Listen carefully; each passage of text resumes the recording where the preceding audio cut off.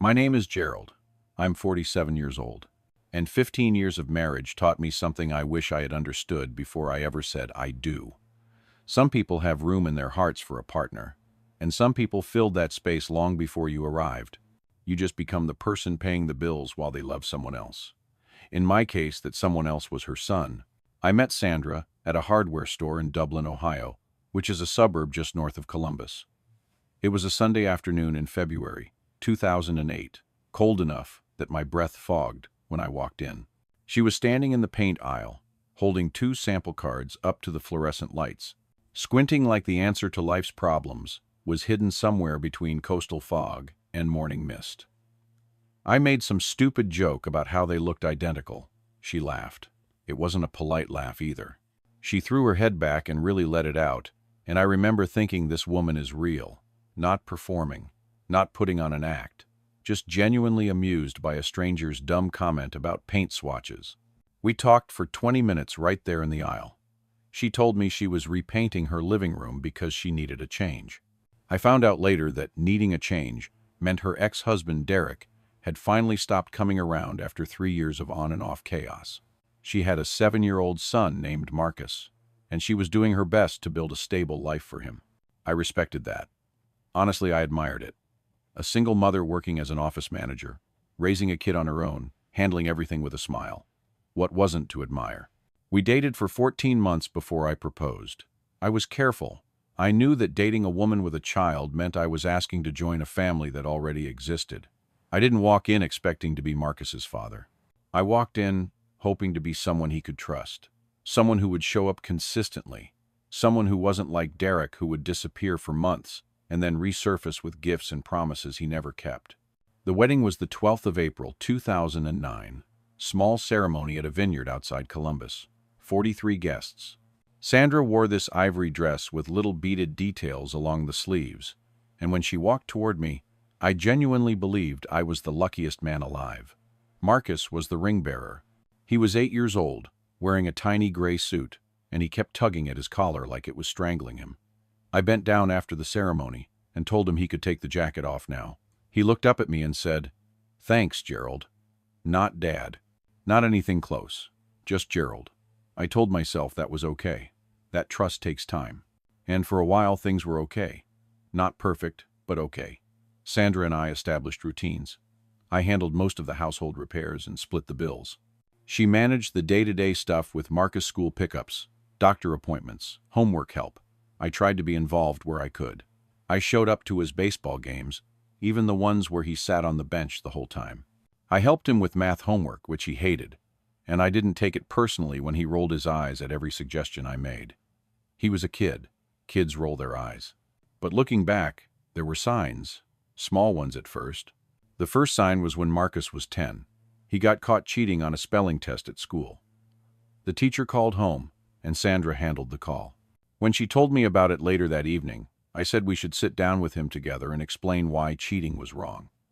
Sandra's face did this thing like a flicker of hesitation, almost imperceptible.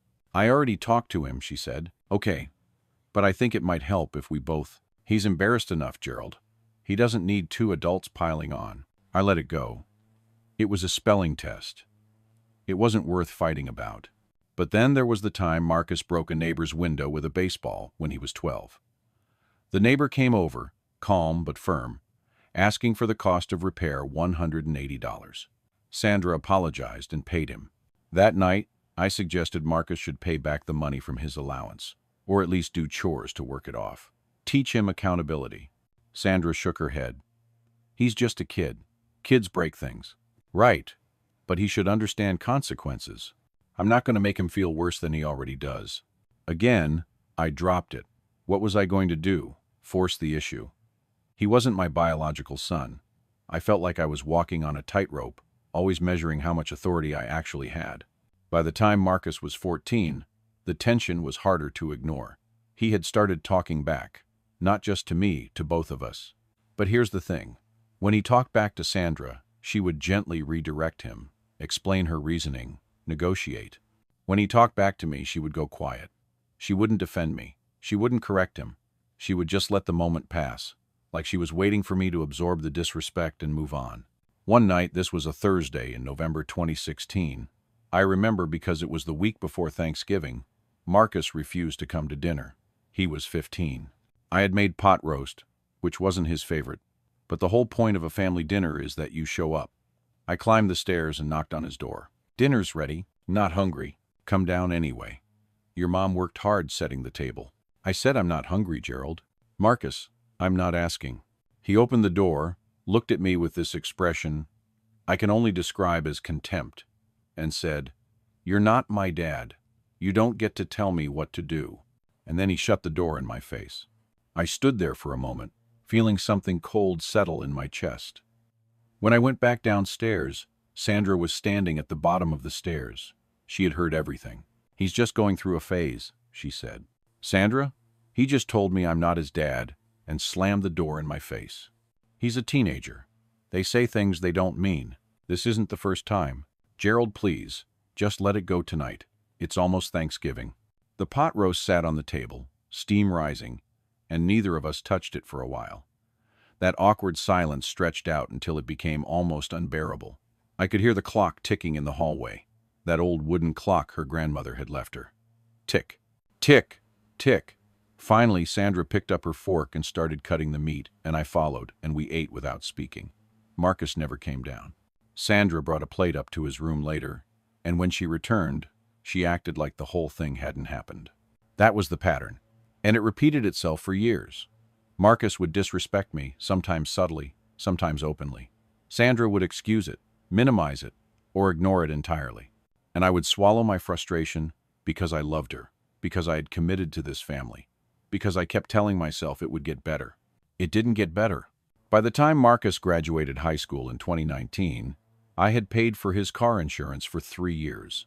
$1,200 a month, if you combined the car payment, insurance, and the phone plan I had added him to. I never complained about that. I figured that's what being part of a family means. You contribute, you provide. But what I did expect was basic respect, a thank you, an acknowledgement that I wasn't just an ATM with a pulse. Instead, Marcus went off to community college for 2 semesters, dropped out, worked a string of part-time jobs, and moved back home at 20, then 21, then 22. Each time I brought up the idea of him contributing to household expenses, Sandra shut it down.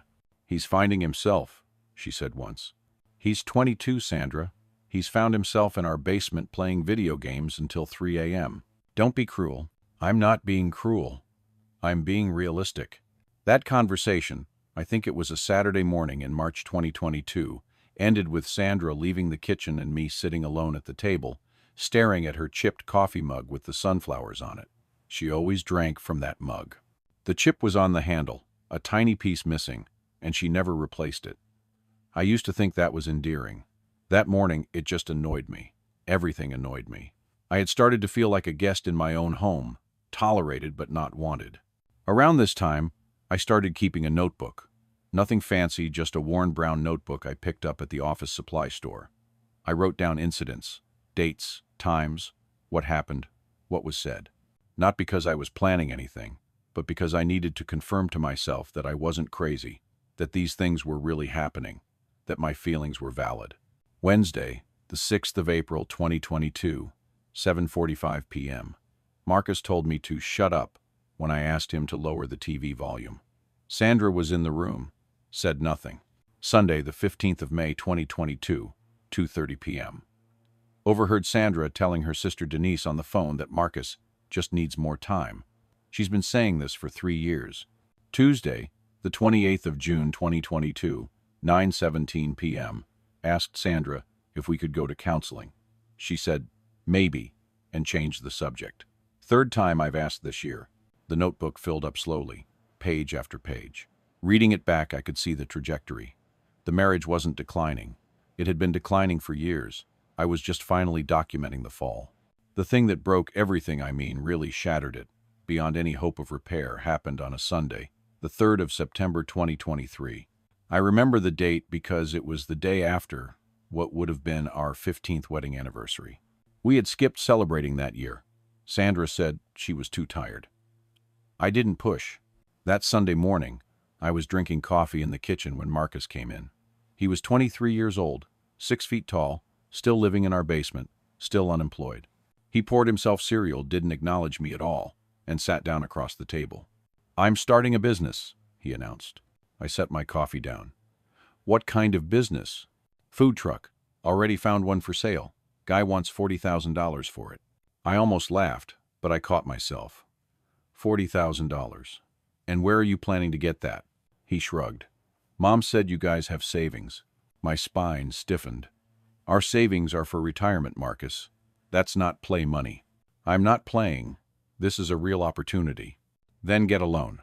Build credit. Work for someone else first and learn the business." He gave me that look, the one he had perfected over the years. The one that said I was an obstacle, not a person. I already talked to Mom about it.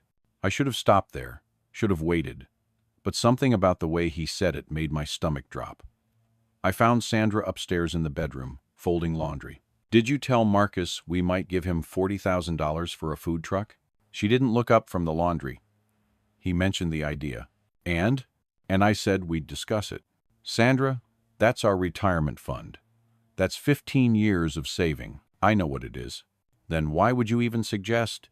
"I didn't suggest anything.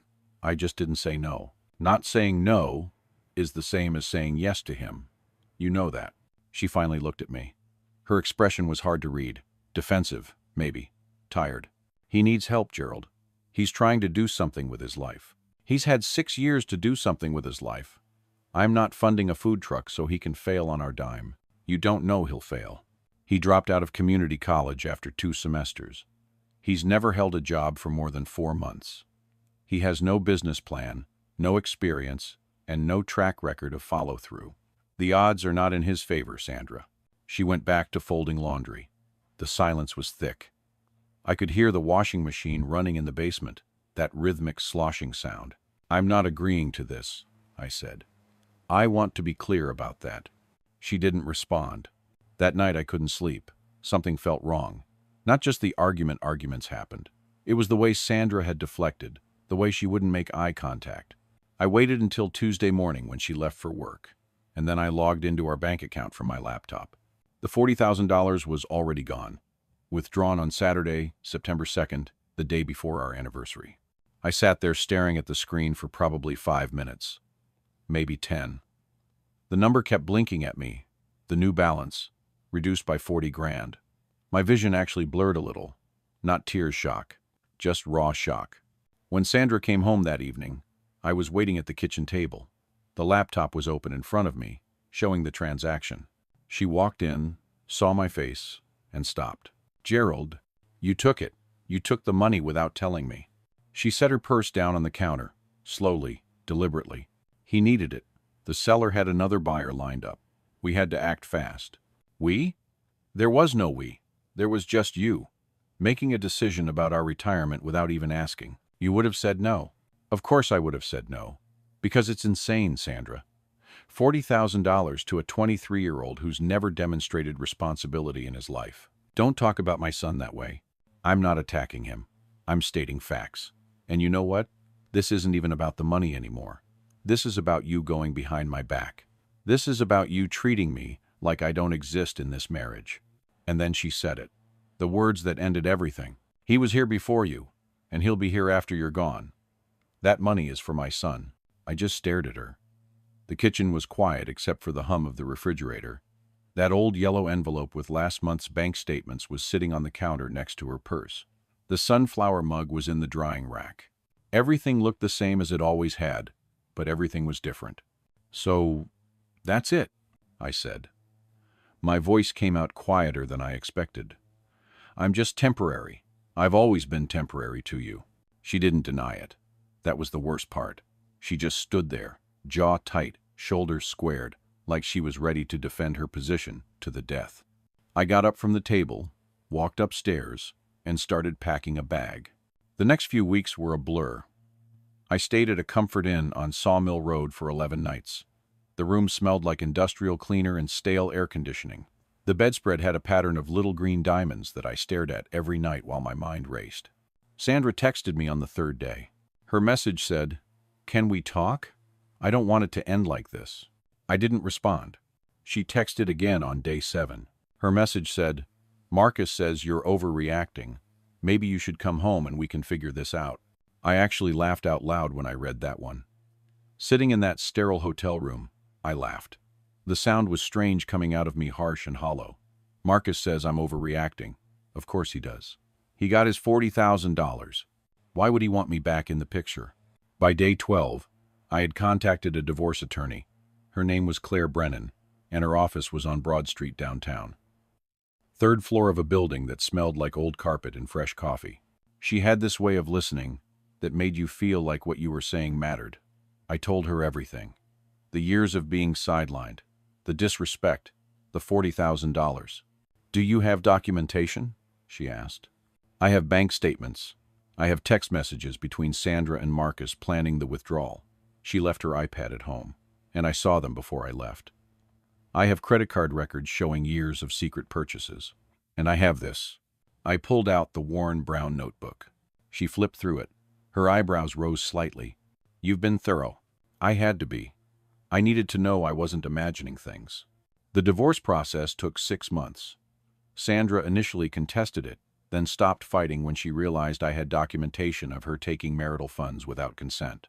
Ohio is an equitable distribution state, which means assets get divided fairly, not necessarily equally, but fairly. Given the circumstances, the court ruled in my favor on several key issues. The house had to be sold. It was valued at $287,000. After the mortgage was paid off and the proceeds were divided, Sandra received less than she expected because of the $40,000 she had already taken. The judge viewed that as her having already received a portion of her share. I didn't gloat. There was nothing to gloat about. 15 years of my life were unraveling in a courtroom, and all I felt was tired. The divorce was finalized on the 15th of March 2024, a Friday. I signed the papers in Claire's office and walked out into a gray afternoon. The air smelled like rain, and the trees along Mound Street were just starting to bud. Spring was coming. It felt strange to notice that. Strange to notice anything beautiful when you're in the middle of something ugly. But here's where things took a turn that even I didn't anticipate. Marcus's food truck launched in late October 2023. He parked it on High Street near the university, figuring he'd catch the college crowd. The concept was gourmet grilled cheese sandwiches. Not a terrible idea, honestly. But execution matters, and Marcus had never learned how to execute. Within 3 months, he was behind on his commissary kitchen payments. By month 4, the truck had failed 2 health inspections, something about improper refrigeration temperatures. By month 6, he was done. The truck sat in a storage lot somewhere, and the $40,000 was gone. Every penny. I heard this from Sandra's sister Denise, who I'd stayed in touch with. Denise had always liked me, and she thought Sandra had made a colossal mistake. She called me one evening in April 2024, about a month after the divorce was finalized. "Gerald, I just need to tell you something." "What's going on?" "There was a family thing at Sandra's apartment last weekend. Her birthday. I was there." "Okay." "Marcus didn't show up.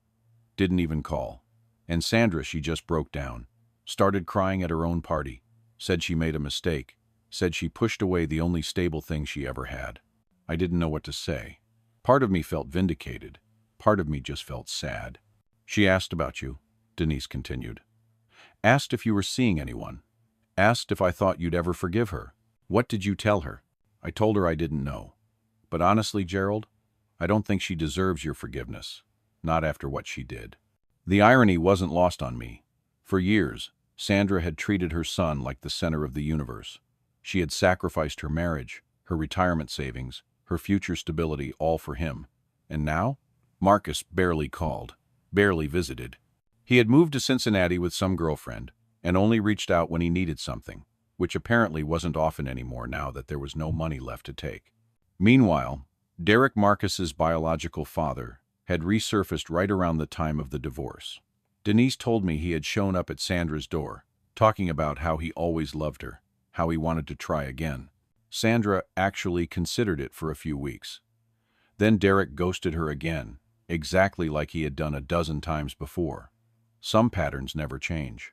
I ran into Sandra once, about 8 months after the divorce. It was at a Kroger on Riverside Drive. I was picking up groceries, just basics. Some chicken, vegetables, a box of pasta, and she was in the cereal aisle. She looked older. Not in a cruel way, just in a tired way. The lines around her eyes were deeper. Her hair was grayer than I remembered. Gerald, Sandra. We stood there. An older woman pushing a cart squeezed between us, oblivious to the history hanging in the air. "How are you?" Sandra asked. "I'm doing okay." "You?" She hesitated. "It's been hard. The apartment's smaller than I expected. Marcus is in Cincinnati now." "I heard. Did you hear the food truck thing didn't work out?" "I did." She looked down at the floor. The linoleum was scuffed and gray. "I'm sorry, Gerald. For what it's worth, I'm sorry for how things ended." I could have said a lot of things in that moment. I could have reminded her of every time she chose Marcus over me, every time she dismissed my feelings, every time she made me feel like a visitor in my own marriage. But what would be the point? I finally understood that I was never part of this family. I was just funding it. She flinched. Actually flinched. Like the words had physical weight. "That's not—" "It is, Sandra. And I think on some level you know that." I grabbed my basket and walked away. My hands were shaking slightly. I could feel her watching me as I turned the corner toward the checkout lanes. The thing is, I don't hate her. I thought I would. For months after the divorce, I expected this burning hatred to settle in my chest and stay there forever. But it didn't. What came instead was something more complicated, a kind of sad clarity. An understanding that some people are broken in ways that have nothing to do with you, and you can't fix them by loving them harder. Sandra had trauma from being a single mother, from Derek abandoning her, from years of struggling alone. I get that. I really do. But somewhere along the way, that trauma turned into an unhealthy obsession with protecting Marcus at all costs. She couldn't set boundaries with him because she was terrified of losing his love.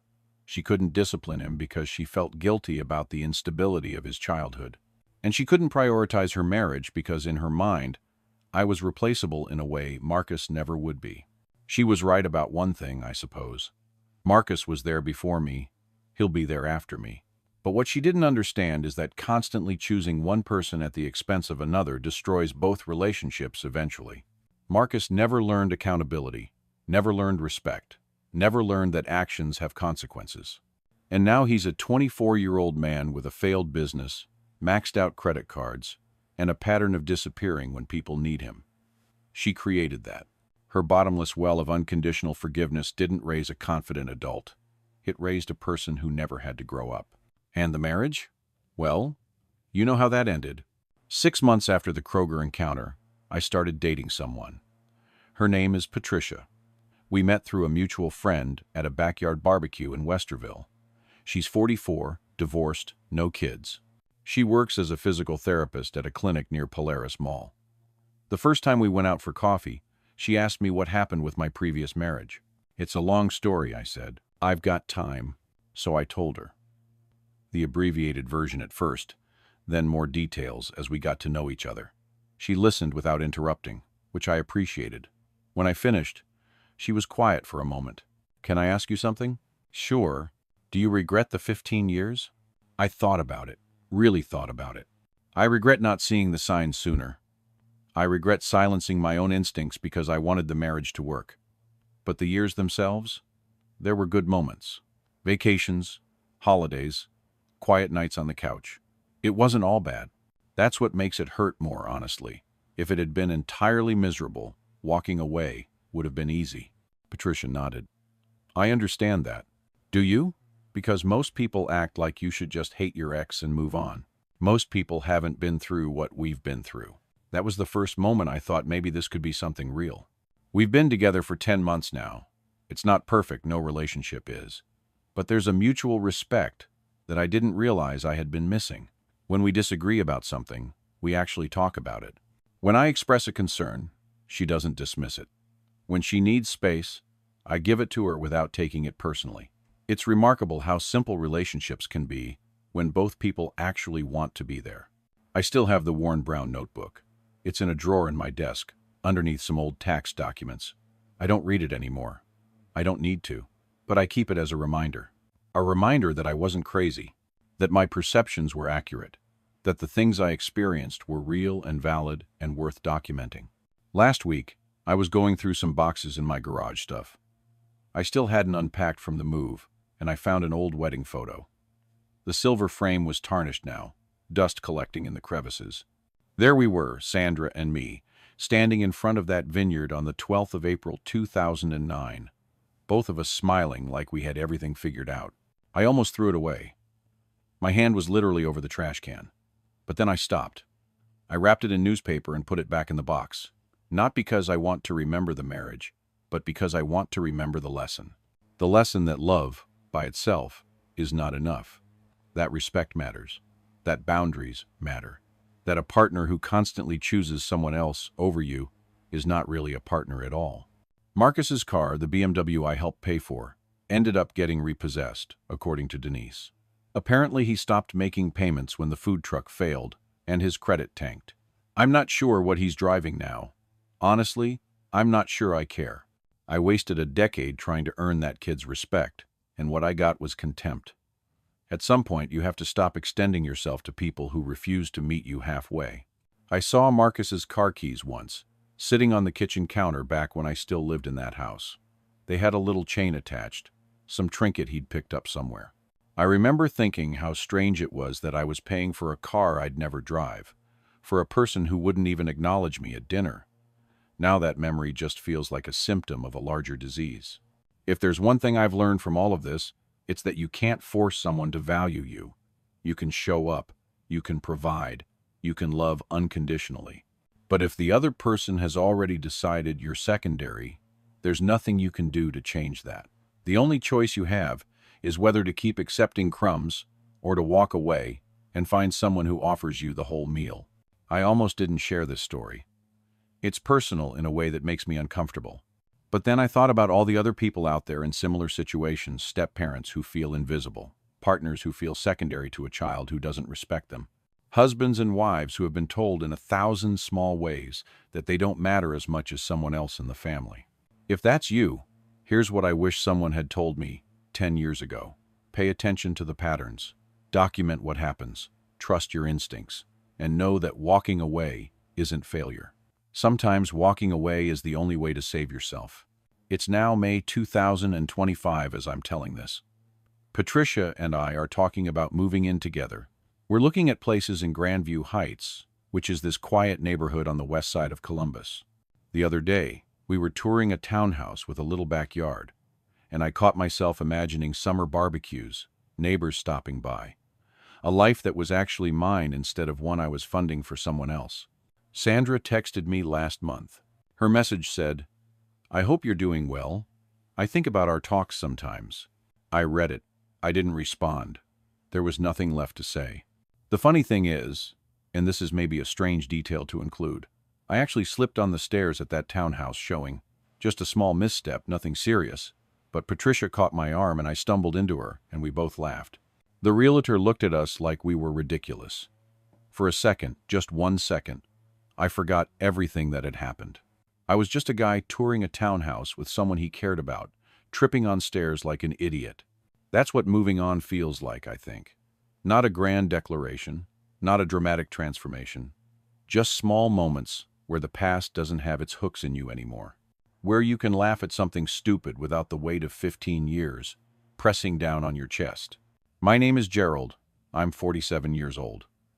I was married for 15 years to a woman who chose her son over me. The marriage ended. The son failed. The woman regrets. And me?